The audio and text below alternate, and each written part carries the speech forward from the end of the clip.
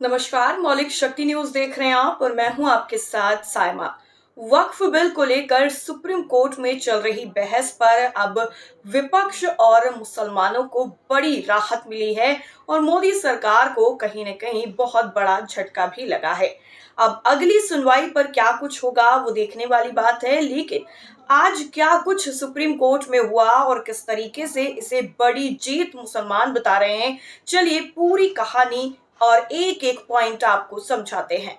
दरअसल वक्फ संशोधन कानून 2025 पर सुप्रीम कोर्ट ने केंद्र सरकार को जवाब देने के लिए 7 दिनों का वक्त दिया है, लेकिन वक्फ संशोधन कानून 2025 पर किसी तरीके की रोक नहीं लगाई गई है और इन 7 दिनों तक वक्फ बोर्ड वक्फ परिषद में कोई नई नियुक्ति नहीं होगी।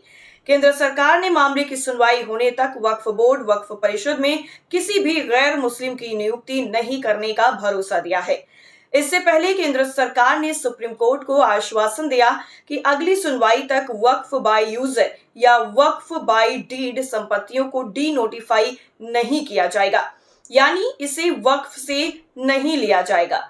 मुख्य न्यायाधीश संजीव खन्ना, न्यायमूर्ति संजय कुमार और न्यायमूर्ति केवी विश्वनाथन की पीठ ने केंद्र की तरफ से सॉलिसिटर जनरल तुषार मेहता का ये आश्वासन भी दर्ज किया कि इस बीच में केंद्रीय वक्फ परिषद और बोर्डों में कोई नियुक्ति नहीं की जाएगी। सुप्रीम कोर्ट ने कहा है कि याचिकाकर्ता 5 दिन के भीतर केंद्र के जवाब पर जवाब दाखिल कर सकते हैं, जिसके बाद मामले को अंतरिम आदेश के लिए सूचीबद्ध किया जाएगा और अब इस पूरे मामले की सुनवाई 5 मई को होगी। सॉलिसिटर जनरल तुषार मेहता ने कहा है कि सरकार अगली सुनवाई तक वक्फ बाय डीड और वक्फ बाय यूजर संपत्तियों को डी नोटिफाई नहीं करेगी। सीजेआई ने कहा है कि अगर किसी वक्फ संपत्ति का पंजीकरण पूर्ववर्ती 1995 अधिनियम के तहत हुआ है तो उन संपत्तियों को 5 मई को अगली सुनवाई तक गैर अधिसूचित नहीं किया जा सकता। केंद्र ने सुप्रीम कोर्ट को भरोसा देते हुए कहा है कि वो अगली सुनवाई तक वक्फ बाय डीड और वक्फ बाय यूजर की संपत्तियों को डी नोटिफाई नहीं करेगी, यानी जो संपत्तियां वक्फ बाय यूजर के जरिए वक्फ बोर्ड को मिली हैं, वक्फ बोर्ड के नाम रजिस्टर्ड हैं, वक्फ बोर्ड के नाम से गैजेटेड हैं, उसे डी नोटिफाई नहीं किया जाएगा। आदेश के मुताबिक वक्फ बाय यूजर के साथ ही सभी वक्फ संपत्तियों को अगली तारीख तक संरक्षित किया जाएगा। मुख्य न्यायाधीश संजीव खन्ना ने कहा है कि सभी वकीलों ने मिलकर ये तय किया है कि 5 मामलों की मुख्य केस के रूप में पहचान की जाएगी और इन्हें लीड केस माना जाएगा और इन्हीं मामलों पर सुनवाई भी होगी। सुप्रीम कोर्ट ने कहा है कि इतने सारे मामलों पर सुनवाई करना संभव नहीं है, इसलिए सिर्फ 5 मुख्य आपत्तियों की ही सुनवाई होगी। सुप्रीम कोर्ट ने गुरुवार को वक्फ कानून से संबंधित मामले में जवाब दाखिल करने के लिए अतिरिक्त समय के लिए केंद्र के अनुरोध को स्वीकार कर लिया। दरअसल केंद्र की तरफ से पेश सॉलिसिटर जनरल तुषार मेहता ने कहा कि प्रासंगिक दस्तावेजों के साथ 7 दिनों के भीतर प्रारंभिक जवाब दाखिल किया जाएगा। कोर्ट ने सॉलिसिटर जनरल के इस आश्वासन पर संतोष जताया कि अगली सुनवाई तक वक्फ बोर्ड या परिषद में कोई नियुक्ति नहीं की जाएगी। कोर्ट ने यह भी कहा है कि मौजूदा वक्फ संपत्तियां जिनमें Waqf by user, Waqf by registration या वक्फ बाय नोटिफिकेशन के माध्यम से घोषित संपत्तियां शामिल हैं, डी नोटिफाई नहीं की जाएंगी। वहीं सॉलिसिटर जनरल तुषार मेहता ने कहा कि वक्फ अधिनियम एक सुविचारित कानून है और केंद्र को भूमि को वक्फ के रूप में वर्गीकृत करने के बारे में बड़ी संख्या में आवेदन मिले हैं। उन्होंने कहा कि पूरे अधिनियम पर रोक लगाना एक कठोर कदम होगा और जवाब देने के लिए 1 सप्ताह का समय भी मांगा। दरअसल सुप्रीम कोर्ट ने कहा है कि उसने पहले कानून के कुछ पहलुओं को सकारात्मक माना था और दोहराया कि इस स्तर पर कानून पर पूरी तरीके से रोक नहीं लगाई जा सकती। कोर्ट ने यह भी कहा है कि वो नहीं चाहता कि मामला विचाराधीन रहने के दौरान मौजूदा स्थिति में कोई बदलाव किया जाए। इतना ही नहीं, पीठ ने यह भी दोहराया है कि इसका उद्देश्य मौजूदा स्थिति को बिना किसी बदलाव के बनाए रखना है।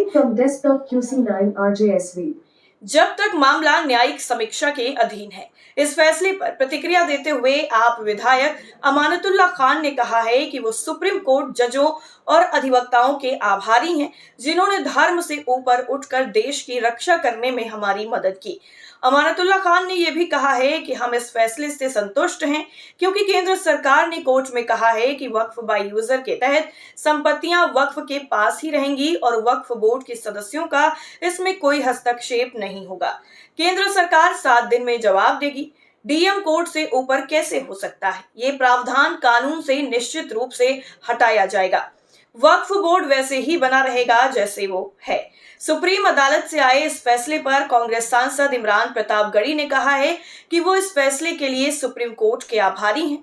इमरान प्रतापगढ़ी ने कहा कि कोर्ट ने लगभग वो सभी मुद्दे उठाए जो हमने संसद में उठाए थे। आज के फैसले से पता चलता है कि ये कानून संविधान के खिलाफ बनाया गया है। ये संविधान की जीत है, किसी पक्ष की नहीं।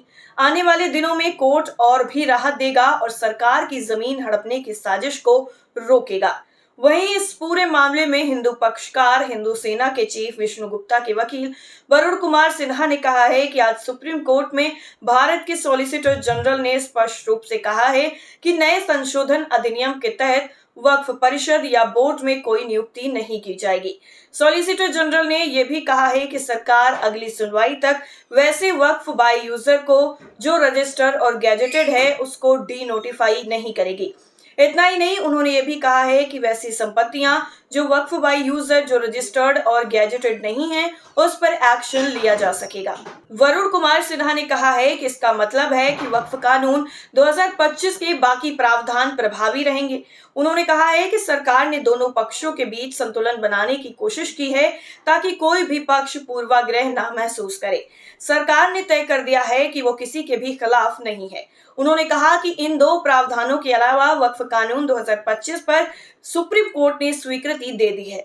हिंदू पक्ष की वकील रीना ने कहा है कि अगर वैधानिकता के हिसाब से देखें तो सुप्रीम कोर्ट ने इस कानून को मंजूर कर लिया है। उन्होंने कहा है कि अदालत ने उन्हीं संपत्तियों के रजिस्ट्रेशन पर रोक लगाई है जो नोटिफाइड हैं, गैजेटेड हैं या फिर रजिस्टर्ड हैं।